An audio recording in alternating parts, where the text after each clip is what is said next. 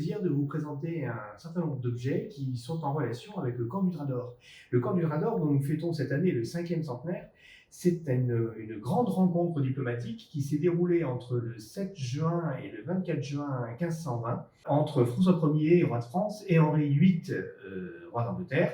Cette rencontre était destinée à obtenir la signature d'une paix durable entre les deux royaumes. Cette rencontre diplomatique a été l'occasion également d'un déploiement de fastes, de courtoisie, de jeux militaires. Et à l'occasion de ces rencontres, évidemment, les participants se sont fait réaliser des armures, notamment pour les joutes à pied. Et là, vous avez une armure de joute à pied, qui est une armure qui a été réalisée par un grand maître milanais, Niccolò Silva, qui est un véritable chef-d'œuvre de l'armurerie européenne au début du XVIe siècle.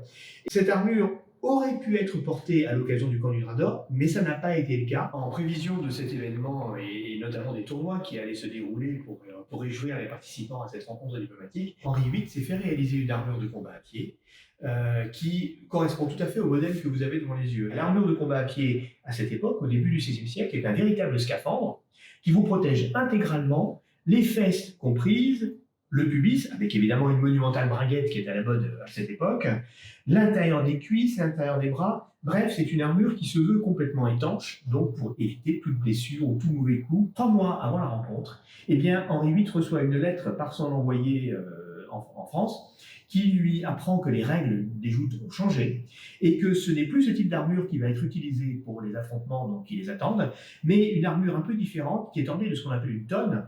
Les tonnes, ce sont les jupes de métal que vous avez derrière, qui sont beaucoup plus simples à réaliser en réalité que ces culottes articulées métalliques. Et ce sont finalement ces armures à tonnes qui vont être utilisées pour les combats à pied. Donc l'armure que Henri VIII va faire réaliser va être abandonnée, et c'est une armure qui est conservée chez nos collègues des Royal Armouries à Leeds, et qui est toujours une armure inachevée aujourd'hui, donc puisqu'elle n'a pas été utilisée à l'occasion de ces circonstances festives.